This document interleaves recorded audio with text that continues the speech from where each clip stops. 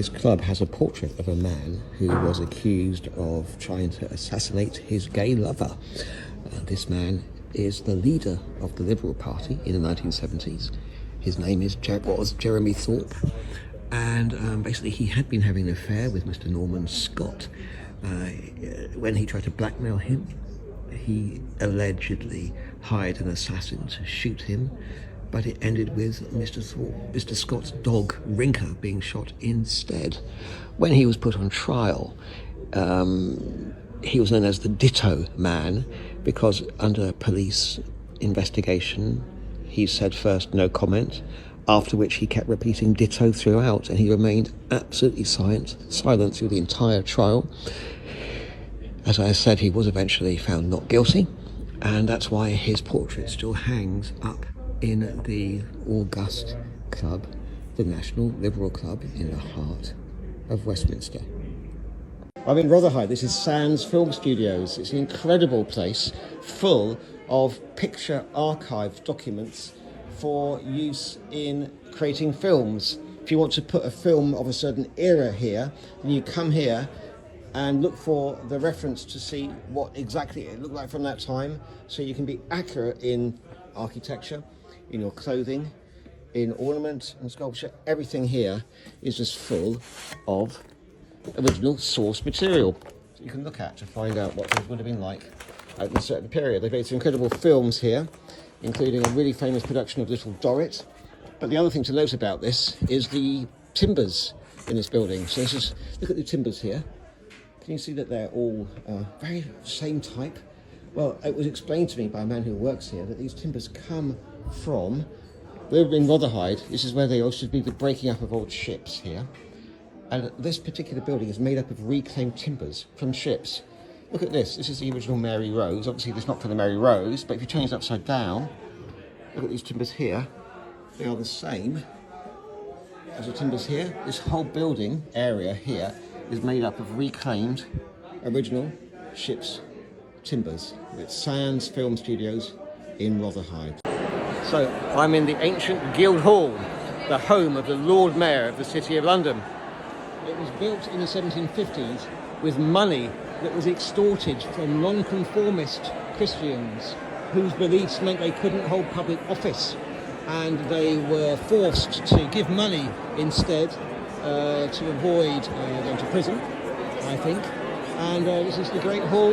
It's called the Egyptian Hall in the middle of the City of London, that was built, as I said, in the 1750s by George Dance the Younger, and then George Dance the Elder completed it. And I'm here today, it's a reception for people who have been volunteering their time to help the Lord Mayor's appeal, which in my own small way I've done a little bit as well, which is why I'm here. But it's absolutely splendid place to look at and be in, and I'm very pleased to have been invited. Imagine stretching your bow to maximum power in the 16th century from the battlements of the Tower of London in front of you, firing it as far as you could, and it landing right here. What did this mean? This meant that you were marking out the boundaries of the liberty of the Tower of London. And this arrow mark here, can you see it says boundary mark number 10, Tower Liberties. This was where there were 22 of them. It marked the area called the Liberties of the Tower, which was actually created as a separate legal and jurisdictional entity, and it could control things in the area. And every 3 years the Tower beef eaters still march to mark out and tap on each of the signs to mark out the reminders of where the boundary lies. It also meant that you could have any animals that fell off London Bridge and any swans that were kept under it as well to use for your own. So ancient liberty and freedom, separate from the rest of the county and of the City of London, marked in this wonderful hotel lobby. This is called 10 Trinity Square, and it is, I believe, owned by a group of Saudi billionaires and Bill Gates himself. So please come to 10 Trinity Square, and if you do, look out for the secret boundary marker. The Margaret Thatcher heating artist of this sculpture left a secret Easter egg somewhere in it. Let me show you. So this was commissioned to provide a history of London, including a lot of connections to transport in particular. This is the ancient Roman tower. It's Roman wall, rather, showing the different gates that the Romans built. This is Boadicea, or Boudica, in 60 AD, not 61, mistake there. This is the Roman invasion. This is the first London Bridge. But hidden inside this sculpture, and it was only recognised after it had been unveiled, commissioned by London Transport, and I think while still Margaret Thatcher was actually Prime Minister towards the end of her reign here. What else have we got? We've got the plague, we've got the gunpowder plot, we've got the Globe Theatre, but look here, hidden between the Wat Tyler's death on Smithfield, the Peasants' Revolt, and the Black Death. Look at this. It is, in all her glory, riding a cloud with her handbag swinging. It is Maggie, Margaret Thatcher. What a surprise. A lovely Easter egg left here by the artist, whose name was Edwin Russell, I think. He also did the suffragette sculpture in Victoria on the way to Parliament as well. Hello, Maggie. £29.90 to go into the Tower of London. Well, I've got a special secret recommendation instead that costs you nothing. Just come here and go to the Leonardo Hotel and walk through the driveway here, and there's an amazing piece of even older history than the Tower of London in the back of the hotel. Right, walking through here. I'll speed up a bit. Let's run. I wish I knew how to use some kind of speed up process on my cameras. Okay, look at this. Can you guess what it is yet? This is a genuine, original section of the ancient Roman wall, London Wall, that defined London. Built in about 200 AD. At least the lower section of this is the original Roman wall. You can see the courses of tiles with Kentish ragstone. There would have been rubble in the middle between the two walls that were built up. And it has an upper section which is made of more medieval stuff with the arrow slots in it, etc., etc. This is the biggest section, I think, of Roman wall still in existence in the whole of the City of London. And it became enclosed around an area that is roughly a square mile in size. So guess what? That's where the name of the square mile comes from. It's just an amazing preserved section of the Roman wall here, which is free, and you can see it. And there's a bit more detail about it here as well, if you want to read it for yourself by pausing on the camera, or rather the photograph. And yeah, and I do a walk, a Roman London tour walk, several of them in fact, so why not get in touch with me if you'd like to come on them with me. I do have a degree in Latin and ancient Greek, by the way, as well. Not that I'm showing off. Bye. Let's look at some ancient river steps. So I'm in Wapping, and this tiny alleyway leads directly to the river. This is called New Crane Steps, or stairs, which suggests that there was an older one. The first reference to this one is in 1682, and there was a wharf here, and unfortunately it's not low tide now, so I can't take you directly down onto the riverbank to do some mudlarking, which I've got a license to do. There was a dreadful fire here in 1763, less than 100 years after the Great Fire of London. Destroyed 150 houses, I think. 1,500 people were made homeless. But this is a fantastic view. Let me just see how close I can get to the water here without slipping in. Oh God! Right, so let's see. We're looking south here, across the River Thames, a choppy, snot green sea.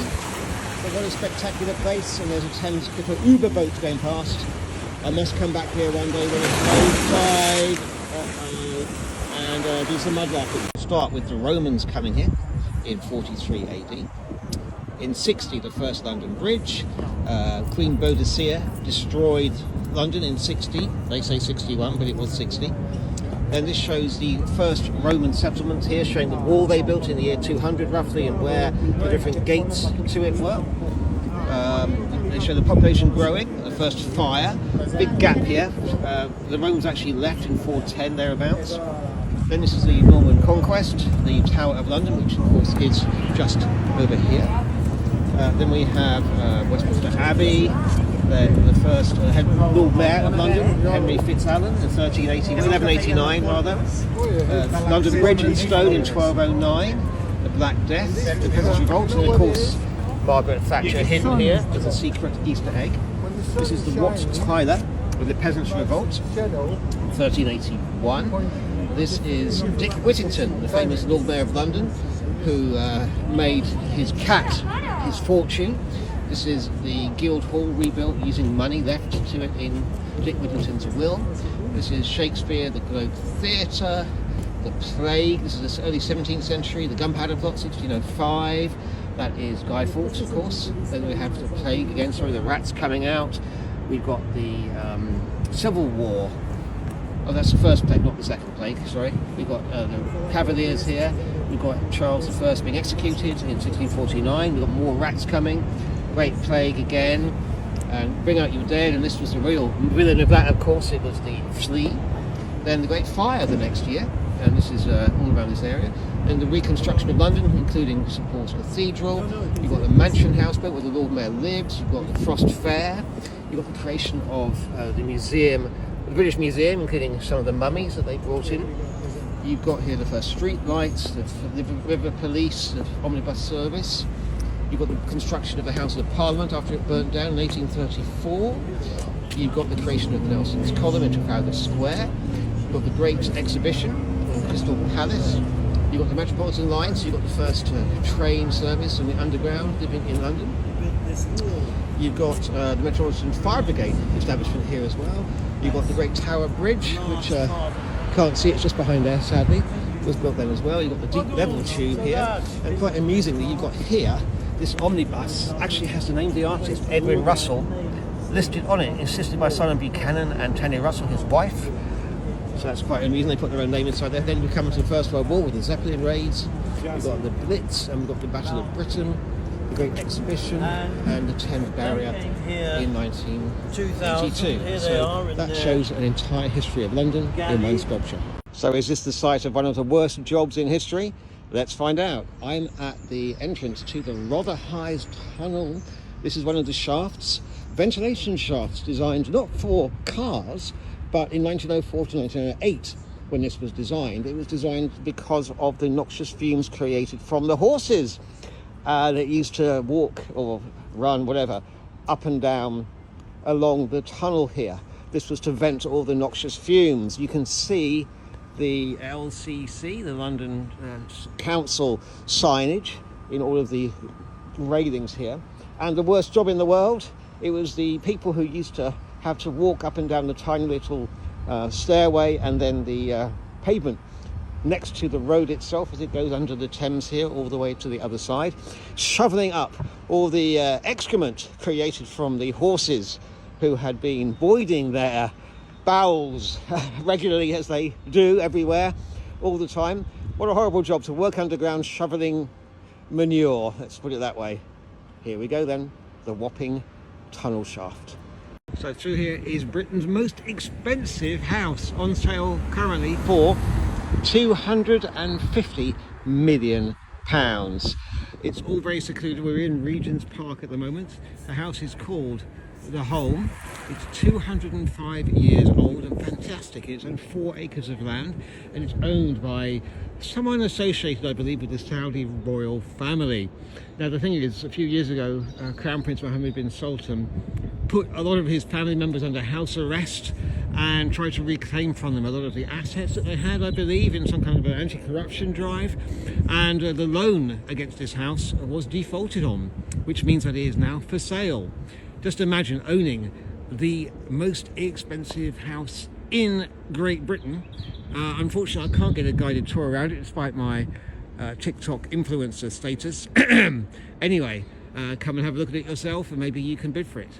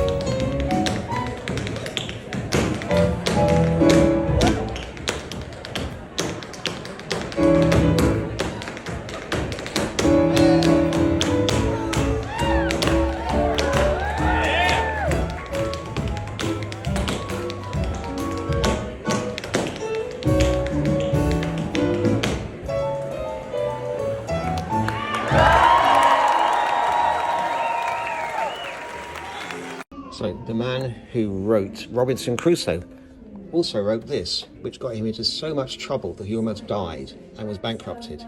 The man is Daniel Defoe, and he was a dissenter, which means a nonconformist. He wrote this as an anonymous pamphlet in 1702 to lampoon or take the proverbial out of those preachers who were saying that these nonconformist, evil Christians, so-called Christians, needed to be dealt with as strongly as possible. So within it, he says the priests should be executed and their parishioners or members sent abroad. And the thing was, he wrote it so well that people didn't realise he was actually criticising them, lampooning them. But when it was then discovered, after some priests had been actually reading from it in their pulpits, claiming this was a really good idea, when they discovered that he was actually criticising them indirectly, he was put on trial.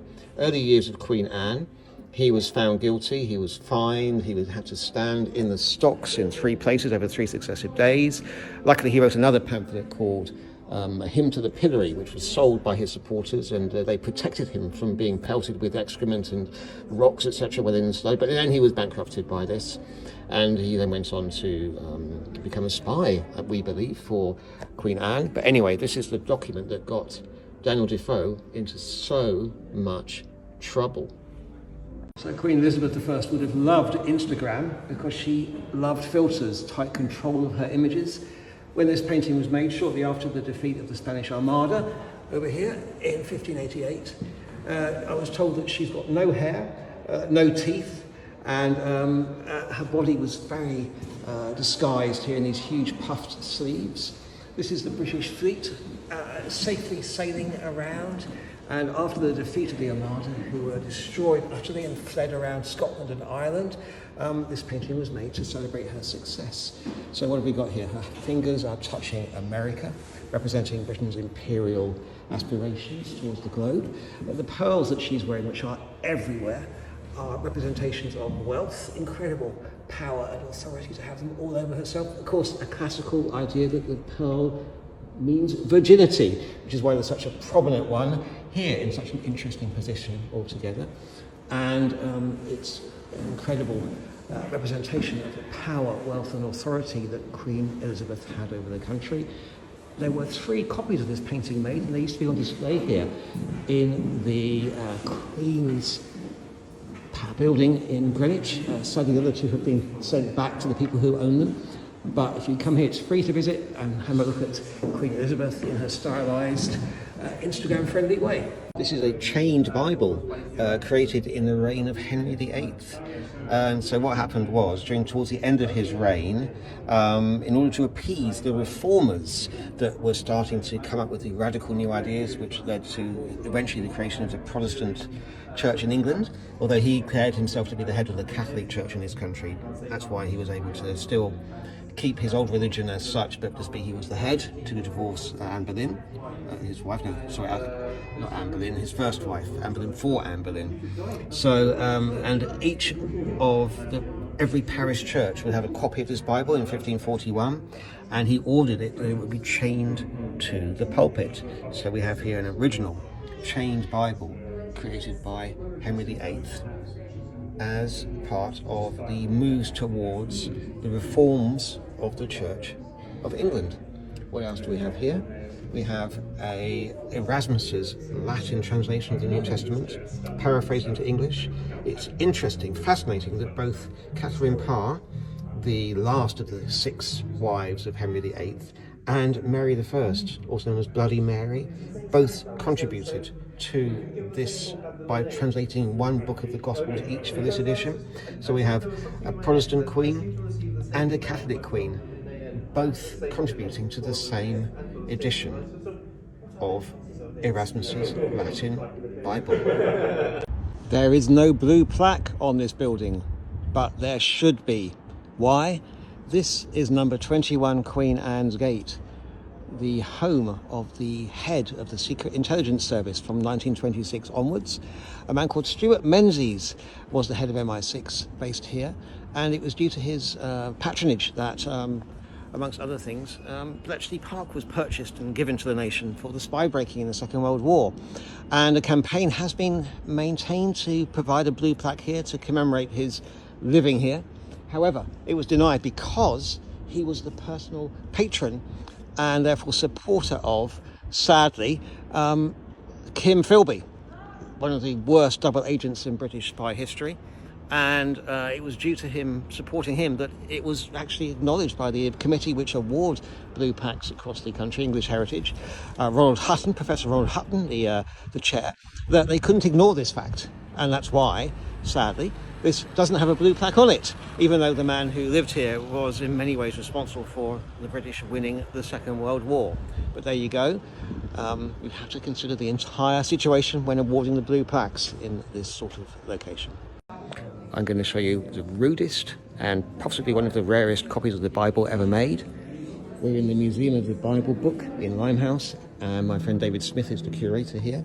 This is by the way, this just happens to be a second folio of Shakespeare. This is the first edition of the King James Bible, but this down here is what's known as the Wicked Bible. Robert Barker, the master of the Stationers' Company, who had printed the King James Bible first edition, also printed this. If you look really closely at it, look closely indeed at the Ten Commandments here. Thou shalt not take the name of your Lord God in vain. Look at number 7 though. Thou shalt commit adultery. What a mistake to make. This book was immediately suppressed. Every copy that could be found was destroyed, so it's incredibly rare to have one still in existence in this amazing museum in Limehouse. And he was fined, bankrupted basically, the equivalent of several £100,000. But this is the one copy that I've ever seen of the wickedest Bible in existence. By the way, other things in this museum include the official printed declaration of the coronation of Queen Elizabeth II. We also have a single leaf from the Gutenberg Bible, which is over here. Here it is. That's the Gutenberg Bible, first edition, a single leaf, worth, I don't know, hundreds of thousands, if not £1 million or so nowadays, just incredibly rare. We also got fragments here from John Wycliffe, the first English Bible itself that was suppressed. And there's, I think the only one copy of it we know is in St Paul's Cathedral Library, I believe. That's what I've heard. Anyway, I recommend coming to the Museum of the Book and meeting them, finding out more about the amazing Bible history that they have on display here. Have you ever found something really valuable just lying about in the street? I have twice.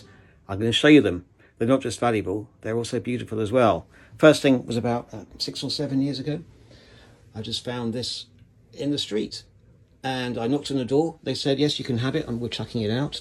I checked on the back, and it's by an artist called Liam Spencer, who lives in Burnley. And back in 1995, it was £320, and I think art is worth a lot more than that now, but it's more the aesthetic value, of course. I emailed him, and this is his reply saying, wow, congratulations on finding it. This is a bit of a background about it. So that's number one. Number two, about a year ago, I found this in the street. And again, there was a sign on it, a bit of paper saying, please take me home. It's made by a very quality firm of cabinet makers, and particularly for people with disabilities, particularly war veterans. They would make these adjustable tables, you can see here. Look, it's got a little lectern stand on it as well. Absolutely stunning workmanship. And I've got the photograph of the people saying, yes, please take this home, you don't want it. I've looked this up, and if you look here, Bonhams auctioned a similar item a few years ago, back in 2016, I think, and price rise was between £7,000 to £1,000, and there's a bit more detail about it as well.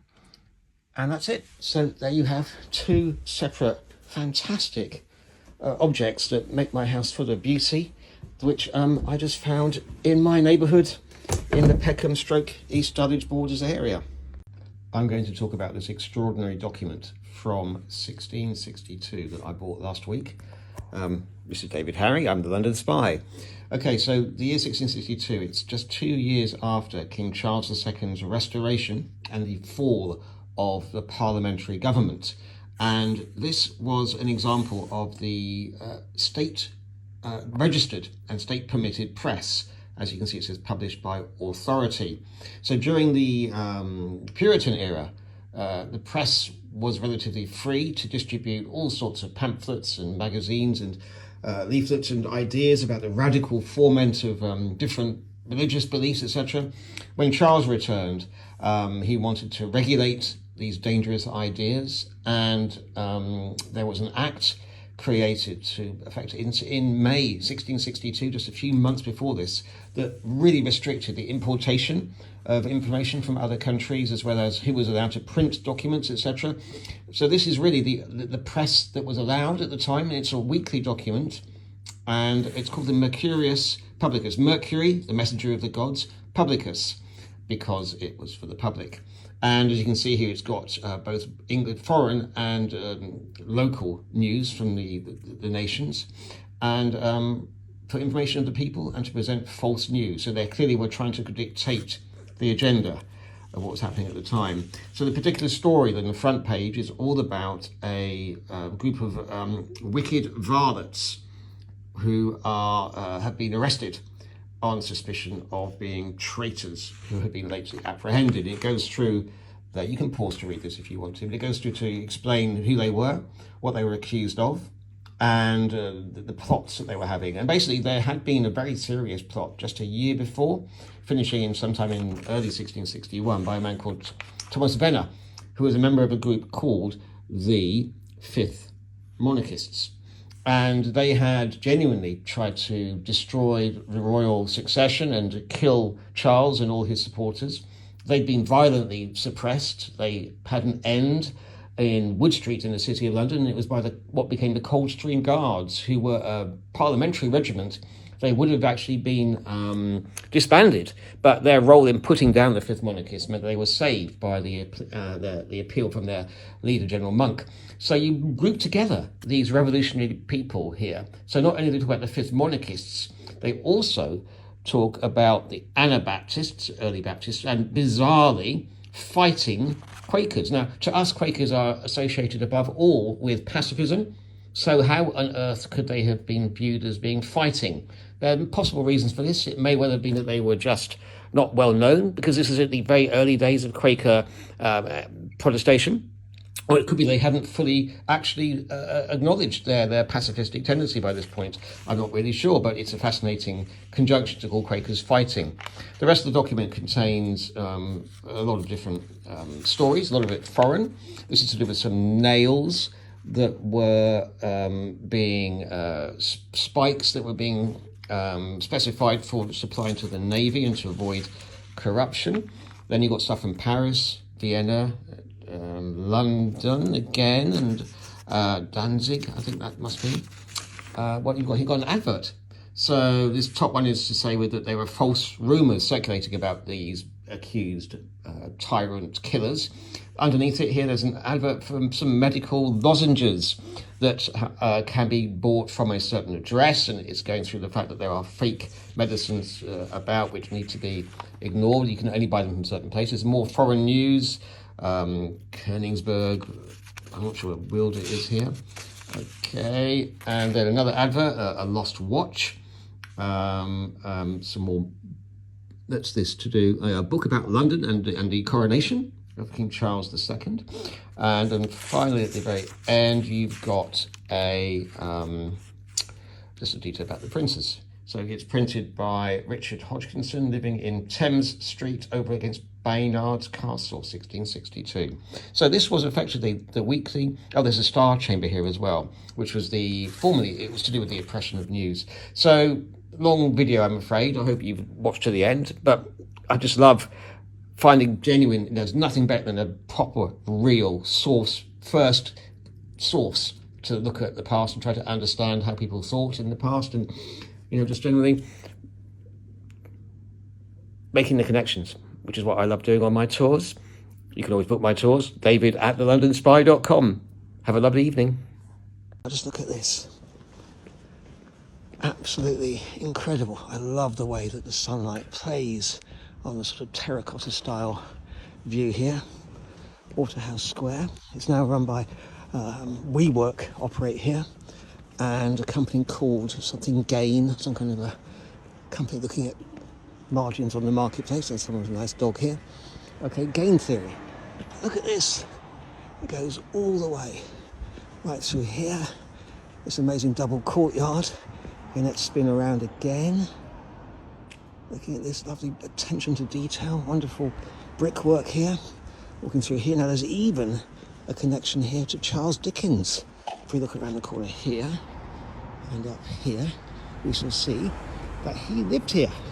Doesn't say when, just gives his birth and death dates, but there we go, Dickens connection here. Once again, another wonderful panoramic view of the amazing building here, Prudential Buildings, and we come through to the end of the street and we come out in Holborn. So as I said, this is Alfred Waterhouse, very famous architect. His family were also connected to people like Price Waterhouse Coopers. A brother, I think, was an accountant who created them. I think Mr. Waterhouse designed the Victoria and Albert Museum as well. But this is the symbol, I think, of the Prudential Insurance Company. Coming out into Holborn now. And City Heritage Award. What a fantastic building. Just discovered the origin of the phrase a square meal. Can you guess what it is? Well, it's connected to the Navy, and it's this object here.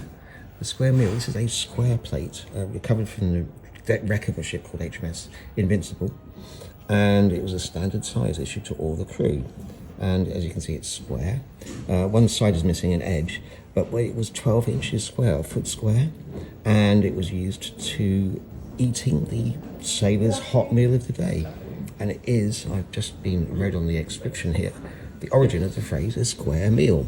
Clearly it was allowed to make it easier to deal with the ship upping and downing. What's this then? This is a brick of tobacco. So you weren't allowed to smoke on board, but you would therefore chew tobacco instead, and you would soak it in rum and bind it with rope into what's called a prick to keep the flavour in. And this is an example of how they would keep their tobacco. Also, spitting on the decks was a punishable offence as well, so they would have a spit kid. And apparently tobacco was issued by the purser on board the boats until 1798. They would sell it to make a tidy profit, but after that point, and therefore by the time of the Battle of Trafalgar, for example, it would have been free, and each man would receive £2, almost a kilogram of tobacco every month. Okay, look at this. So the word Jolly Roger, we believe, is a French corruption of the phrase which meant pretty red, Jolly Rouge, and this is because original pirate flags were actually red, not black on white, and it signified that you would be given no mercy. This one dates from the 1790s, and it was designed to intimidate your targets and encourage them to surrender without a fight. They disrupted valuable trade routes, and the Royal Navy spent a lot of time trying to suppress them. This was captured by a man called Admiral Richard Curry, and it was captured in operations off of the north coast of Africa, as I said, sometime in the 1790s. So it's an original pirate flag. Just look at the skull staring out at you from the red background. And if you get the chance to come to the Dockyard Museum in Portsmouth, I really recommend it. So I'm in the amazing Nelson Museum in the Portsmouth Dockyard. This is an image of him, maybe what he looked like a couple of weeks before his death, at the age of 47 in 1805, October 1805. As you can see, obviously, he's missing his arm, and he's got the 4 orders of the knighthood that he was a member of as well. This museum is absolutely stuffed full of incredible artifacts that belong to him, including here his original chair that he had designed for the Victory. This is his writing slope, and these are original, genuine, not facsimiles of his own writing, his letters that he wrote as well. We've also got here various artifacts. Again, he was a notoriously light sleeper, and this was a special napping chair designed for him as well. This is his genuine dining table as part of a set, and it was meant to fold almost flat to enable it to be stored in times of battle. We've also got here the famous image of his death, painted by an artist who went on board the ship when it came back, saw the place, spoke to people who were there, and this is his death scene. And it was meant to have been said by him. His final last words were, "Kiss me, Hardy." Hardy was Admiral Hardy, his good friend. But people often try to claim later that he'd actually said instead just Kismet Hardy, which is the Arabic word for fate, I believe. However, recent history believes that he did in fact say "Kiss me, Hardy," as there are 3 independent contemporary reports saying that's what he said, as well as the story, in fact, Hardy kissed him twice, once on the cheek and once on the forehead. But anyway, if you manage to get to the Portsmouth Naval Dockyard, don't just go and see the Victory, the Warrior, the Mary Rose. Spend the time to come and celebrate one of Britain's greatest naval heroes, the man who quoted Shakespeare to use the word to describe his comrades as a band of brothers. And this is a very fitting museum dedicated to the life of one of Britain's greatest naval heroes. And this is probably the most accurate portrait of him ever made in 1798, when he was recovering from the loss of his arm. He was actually living in Bond Street at the time as well. Anyway, just come here and celebrate the life of Lord Admiral Horatio Nelson. Okay, if you come to Birmingham New Street Station, forget about the architecture here. Look inside the Piccadilly Arcade. There's an artwork here by a guy called Paul Maxfield, and it's called A Day in the Life of a Chinchilla. And as you're walking along the arcade, just look up. I'm going to go quite slowly so you get the chance to really see the beauty of it. I've just been here to watch the badminton All England Yonex final day, which is spectacular. Badminton, my favourite sport. But I can't help but take in the culture everywhere I go. So come to Birmingham and look at the amazing artwork here in the Piccadilly Arcade. I don't know quite what it's got to do with chinchillas, but it's still fantastic. Chomped away artwork.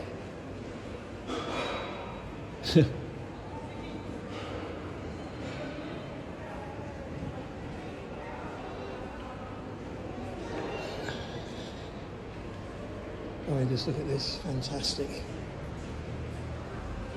Right, I'm going to come to the final section now, which is just here, and it shows a crowd of people looking down at us, as it were. Okay, and there we go. Piccadilly Arcade, Birmingham, the chinchilla life. So this plaque celebrates the world's first traffic light, put up here in 1868, well before there were any cars invented, of course. We're right outside the Houses of Parliament, and I'm going to show you what the traffic light actually looked like, because I have here a copy of an advert at the time put up to explain what it was. So in the year 1866, over 1,000 people were killed in London by traffic. And again, this is just horse-drawn and carriages, trams maybe. And so it was essential to have something, but it was a total disaster. So in the daytime it was like this, in nighttime it had lights on it, and it was manually operated by a police officer. And as I say, it was just placed literally just here where these traffic lights are now, a very busy street sign already. Now the problem is it was very short-lived. On January the 2nd, 1869, a gas leak caused an explosion which injured the police officer and caused the system to be removed from use, and it wasn't put back again on this site until 1894. So this is what it looked like to stop, caution, and as I said, it was literally just here, invented by a man called John Peake Knight.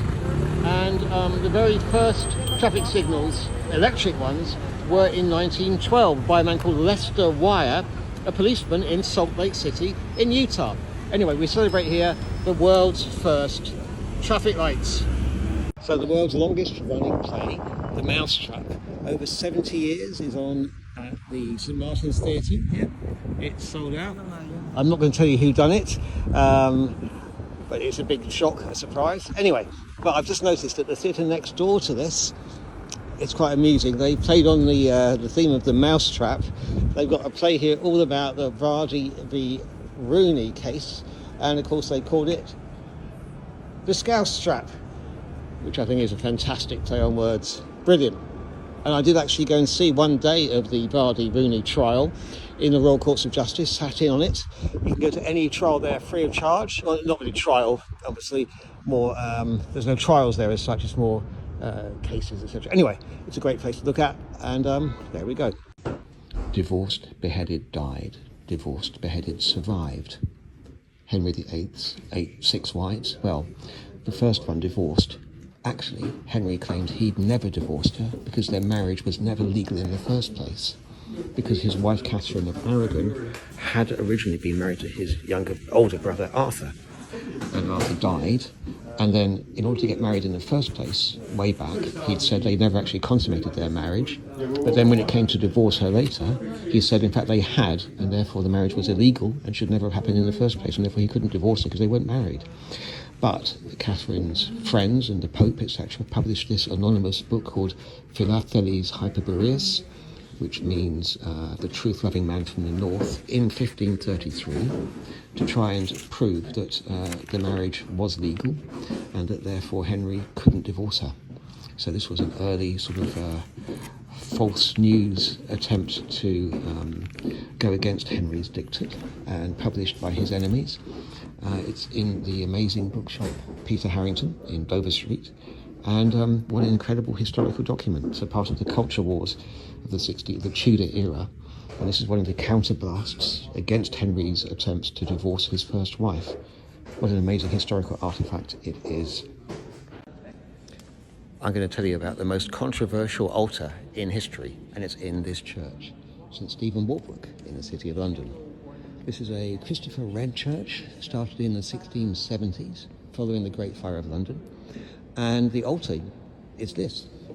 So what's so special about it? Why is it so controversial?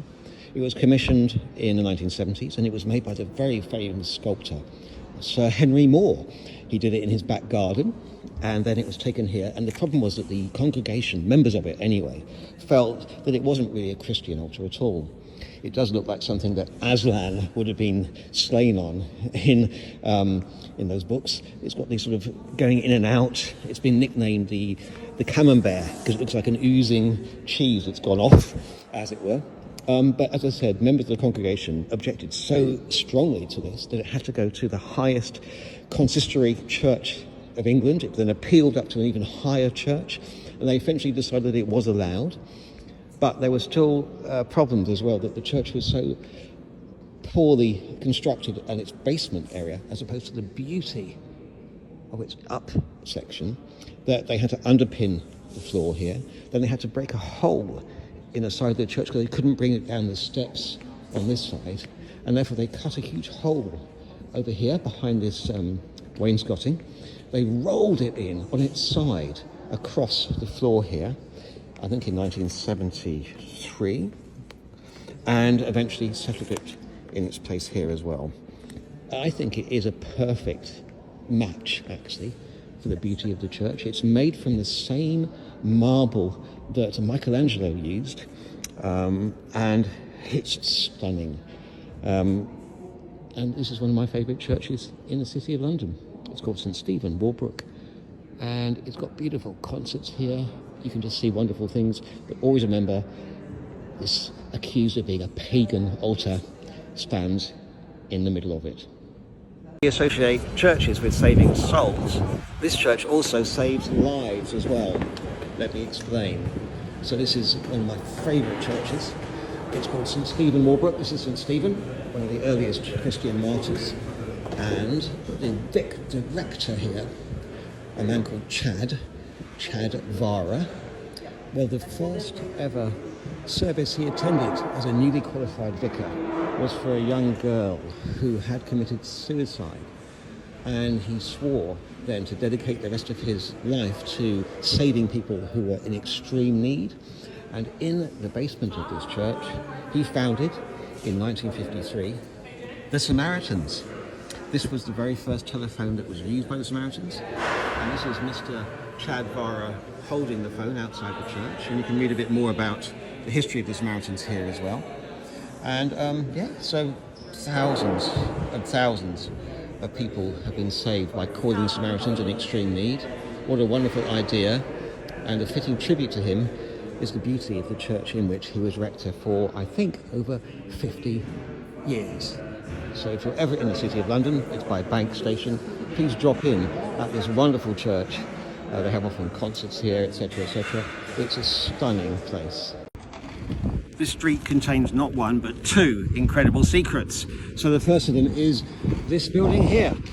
This is a building, I belong to the society that are based here, as does Prince Charles, and I would call this a society of secrets. You can't really tell anything from this, but for those who are in the know, this is the headquarters of the Magic Circle, the premier, most prestigious magic society in the world, and we have to pass a very hard interview process to get into it and prove that you can perform magic to a very high standard. And then this over here is a former building in which the most important KGB spy, female spy of the 20th century, operated from here. Harmless pensioner known to her neighbours as Melita Norwood, but in fact she worked here for the British Non-Ferrous Metals Company in the 1950s, passing on nuclear secrets to the communists in Russia. Now, surprisingly, she was never uncovered until after she'd retired, and a film was made about her life starring Judi Dench, Red something or other.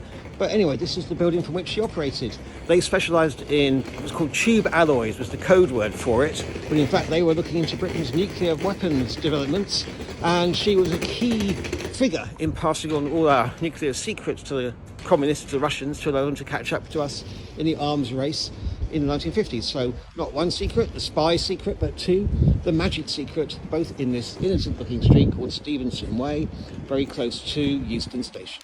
So this is a genuine prop from Harry Potter as the Prisoner of Azkaban.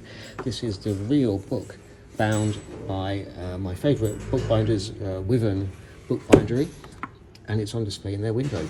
This was sent to them by Mina Lima, the designers of the film, and it was the actual one that was used in the film itself. So there are several repeated pages in the book showing various monsters, even though I believe that in the film you never actually saw the inside of the book, but this shows you how much attention to detail is put into the Harry Potter films. And what I find quite amusing here is that one of the monsters is actually named after the designer of the book. Not the Muzzle Humph, nor the Green-Walked Goth, the Cocoa Rumsey Catcher, but it's this one here, because it's called, look at this, the Limax, which also might read as the Lima X, because it's the house of Mina Lima, are the company who designed all the Harry Potter artifacts and books and posters, etc., for the entire film series.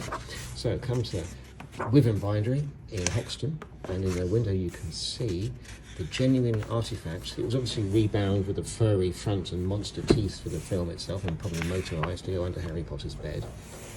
But here we go, some pages are repeated, as you can see, but this is the actual book that was used in Harry Potter and the Prisoner of Azkaban. How amazing. So this is the story of the Union flag, or is it the Union Jack? Well, as you can see, this is the current one. It's made up of three separate sections. Let's have a look at the history of it. Okay, so this is the earliest version, created in 1606, when King James VI of Scotland became James I of England, and it contains the English flag here, and then underneath it, or superimposed above it, it's got the cross of St Andrew from Scotland. What happened next? It then happened in 1801, the extra lines here, diagonal crosses, which is the cross of St Patrick, and at that point we now have what became the national flag of Britain, the Union Jack or the Union Flag. Now you can actually use both names, Union Jack or Union Flag. The official title is the Union Flag, but it's even been sanctioned by Parliament in 1908, and now it's popularly known as the Union Jack. You can use whichever one you want, and that's a Potter history. You can also read this to see the full information behind the background of it. This is the story of the patron saint of comedians. His name is St Lawrence, and this is the official church of the City of London Corporation in the Guildhall, just through the window over here. St Lawrence was a Roman Bishop of London, I believe, and in the reign of the Emperor Honorius, the Emperor asked him, "Bring me the wealth of the church," by which he meant the goblets, the chalices, all the money that was collected, etc., etc.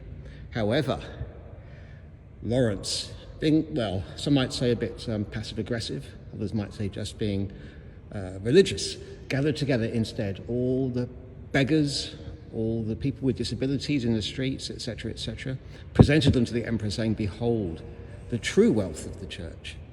Now, the emperor didn't take lightly to this.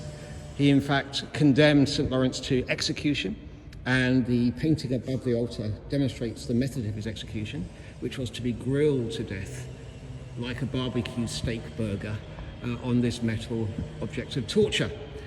How come St. Lawrence became the patron saint of comedians? By the way, the grill is also in the centre of the altarpiece here, surrounded by flames. Well, it is said that halfway through his torment, he turned to his torturers and said, this side is done, please flip me over. And for that joke, on his execution death moment, he became the patron saint of comedians.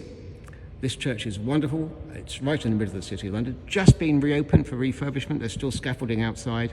I highly recommend visiting it. So this figurehead is only third rate, and yet it looks so nice. Why is that?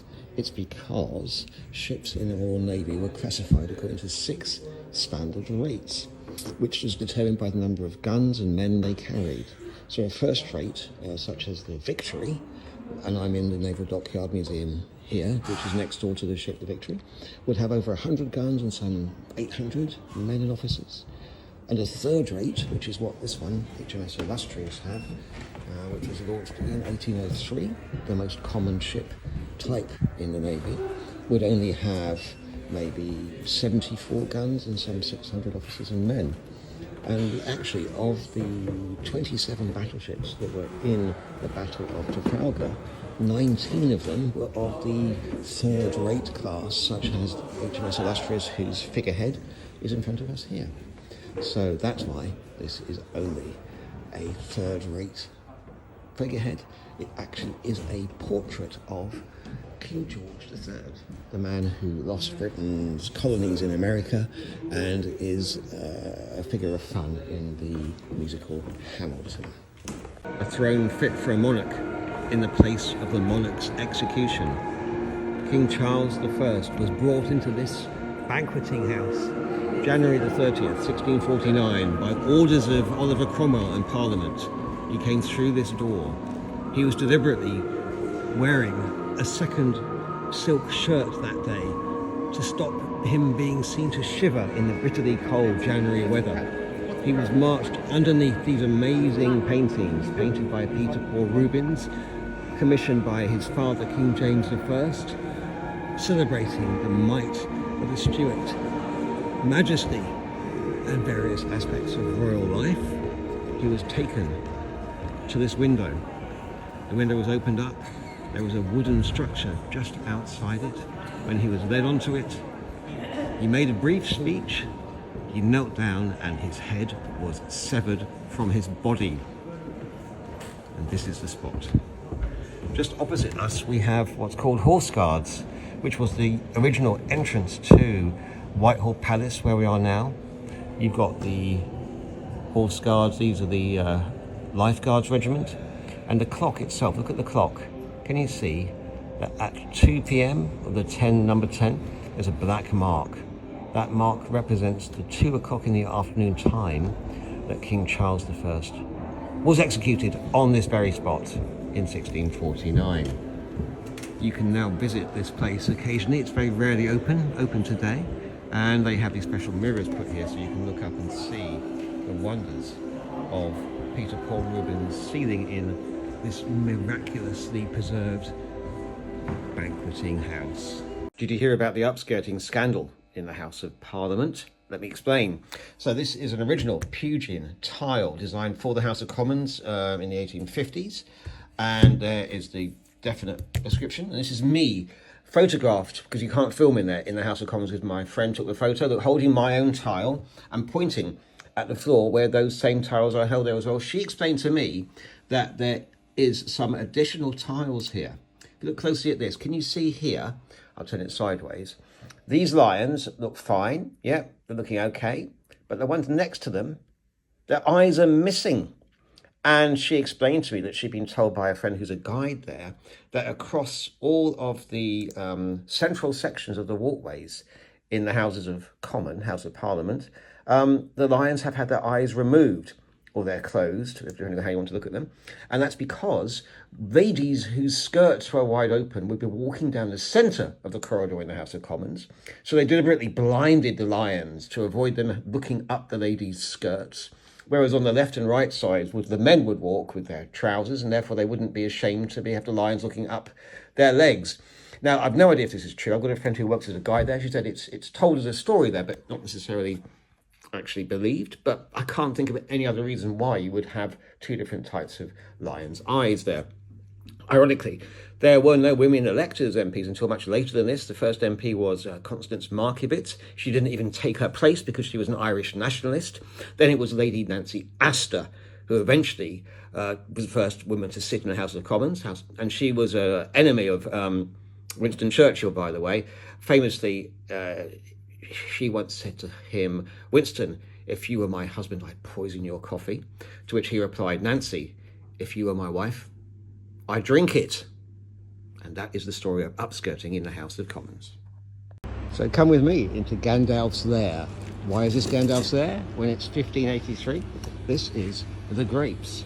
And it's got lots of literary connections, including Charles Dickens, who based famous scene in Our Mutual Friend here as well.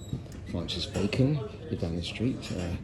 The man David Lean, who directed Lawrence of Arabia, lived here, but the pub was bought recently by Gandalf. And look at his staff here. This is Ian McKellen's original staff. Thou shalt not pass, etc. And yeah, it's a fantastic pub. It's got a full set of Dickens, and Dickens described it as a tavern of dropsical appearance, long settled into a state of hale infirmity. It had outlasted many a sprucer public house. Indeed, the whole house impeded over the water that seemed to have got into the condition of a faint-hearted diver who has paused so long on the brink that he will never go in at all. So let's look out at the wonderful aspect behind, and you can see the amazing river view. So this is Ian McKellen's pub. It's a glorious day, glorious weather, and there's even an Anthony Gormley sculpture in the distance. And this is the plaque describing it. This statue was never meant to be here. There was an alternative to it. This is Robert Clive of India, who has been much criticised for his role in the East India Company's conquering of India. And it was put up here in 1912. So why so late after his death? The reason is that this was at a time, we believe, in the preparation for the First World War. There was a need to try and create a sense of nation, or more particularly a sense of empire, to ensure that people were willing to volunteer in the face of increased trade unionism, increased militancy amongst workers, and increased appreciation of internationalism. So someone else, Lord Curzon, I believe it was, actually proposed, instead of putting Clive of India up here, next to St James's Park, by the Churchill War Rooms, to put up a statue of Garibaldi instead. Garibaldi was the man who, along with Mazzini, his colleague, created the modern country of Italy in the 1850s, out of warring, disparate nation states. And it was a much better idea. He was feted in this country when he visited. He was incredibly popular with Garibaldi because he signified a united nation as opposed to an empire.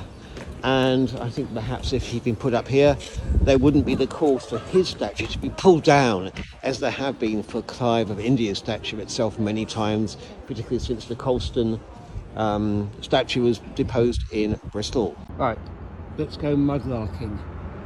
It's low tide now, so yeah, I've got my licence in my phone, if people ask. This is Aldrin Steps. We're quite close to the Tower of London here. Unlike my last video, when it was really choppy, dangerous waters that covered my trousers with mud, today I checked with my Tide app and it's low tide. I've also checked with my restrictions and I am allowed to mudlark here, mudlark even, because there are some places where it's restricted entirely. and I doubt I'm going to find much today. But let's just look around.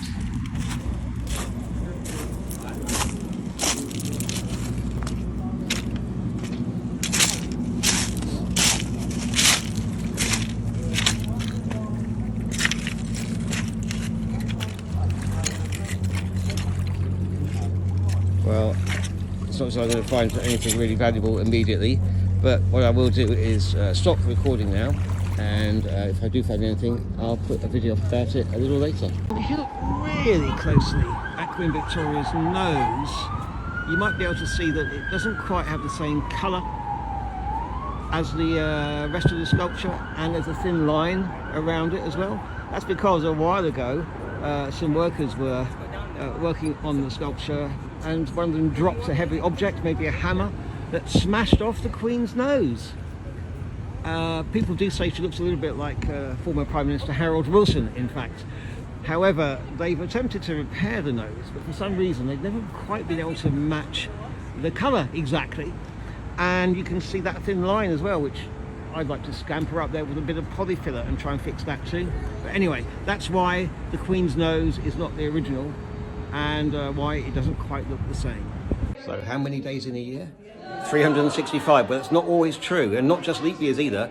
1752 only had 355 days in it. They took a load out to harmonise the calendars. Look at this. He died in 1714 and 1715. This is because the calendar used to finish on the 25th of March. So any date in between the 1st of January and the 25th of March, they had to put 2 years against it to let you know exactly what year they really meant. This is why they were considering changing the calendar. Look at this. This is my very rare document, original 1667, parliamentary inquiry into the Great Fire of London, on the second page of which they say that although the fire took place in September 1666, they had their investigation meeting into it in January 1666. How confusing to us. And again here, look at this. This is the magazine from the year in which they changed the calendar and took 11 days out of the year. You can see the London skyline there. Look at this. It says here, a notice about the new commencement of the year by the late Act. So that's why this man died in 2 years, because of the confusion in the diary. And it's why 1752 was the shortest year ever, because they cut out 10 or 11 days to harmonise it and bring the date back to 1st of January. There you go. It's not open apart from 1 day a week, but it's got an amazingly beautiful interior. Look at the coffered ceiling here. This was built in 1765, 1767 by an architect called George Dance, who also built the Mansion House as well. So I've been in here. There was a Damien Hirst exhibition years ago. I used to work just opposite at Deutsche Bank over the road.